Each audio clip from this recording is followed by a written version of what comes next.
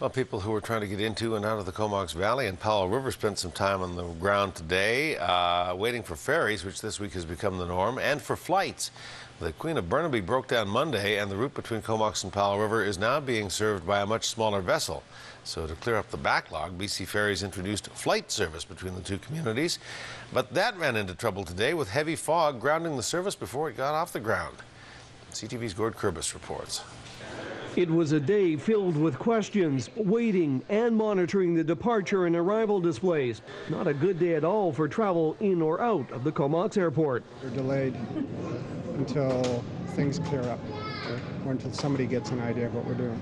That's the million-dollar question. How long are we going to be here? We're trying to make some alternate temporary arrangements. For the second time this week, flights coming in and out of Comox were being delayed and diverted. On Tuesday, 13 flights were diverted, and today was shaping up to be the same. I know they did 2 attempts, but it was supposed to be like 10:40, and it's 11:30 now. You know, if they could just say, hey, you're going to be delayed for 2 hours or 4 hours, we could make some plans. But right now, it's kind of like, okay, everything hangs in limbo until we hear something from them. Even a flight being chartered by BC Ferries ran into problems. The flight was supposed to be a more assured way of getting passengers away from the lineups at the ferry terminal, but instead of being taken to Comox, the plane had to divert to Campbell River. Passengers were then driven by shuttle bus from Campbell River to Comox. We went up to Campbell River to pick up some customers. You think they'd be a little antsy kind of a thing, but no, they were great and took them to their where they were going, and they seemed to be quite happy. Taking the blame for today's difficulties was the fog, which rolled in and out of the area. But some passengers have a different theory. Trees. Because the trees were not, the top of the trees were not cut off.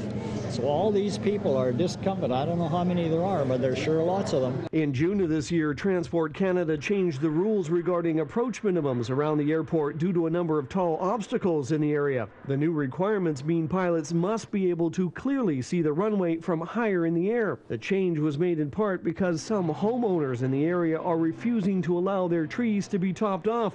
That's because they're being used for nesting by great blue herons. We've got the ongoing issue with trying to bring the trees into compliance with Canadian and international standards.